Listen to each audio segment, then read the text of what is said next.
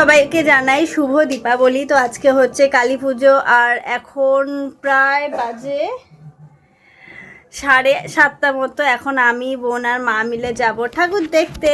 আর এটা হচ্ছে আমাদের ফার্স্ট প্যান্ডেল। আর এখানে ঠাকুরের মূর্তিটা সত্যি খুব সুন্দর ছিল। আর এটা ছিল একদম আমাদের বাড়ির পাশে। কালকে এখানে আমরা ফাংশন দেখতে এসেছিলাম, কিন্তু আমরা ঠাকুর তখনও দেখিনি, কেননা তখনও উদ্বোধন হয়নি।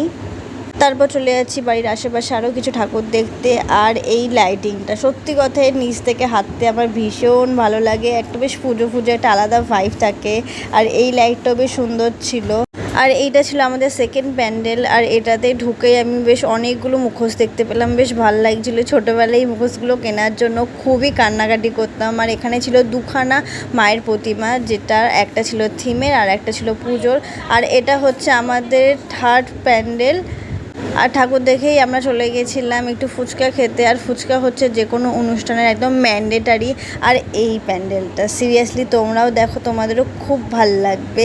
একটা বাড়ির পুজো ছিল, এত শান্ত পরিবেশ ছিল, এত ভালো লাগছিল যে আমি মা আর বোন তো কিছুক্ষণ ওখানে চুপ করে বসেই ছিলাম মায়ের দিকে তাকিয়ে। এত ভালো লাগছিল পুরো ব্যাপারটা দেখতে। তারপর বাড়িতে গিয়ে ফাটিয়ে নিলাম কিছু বাজি।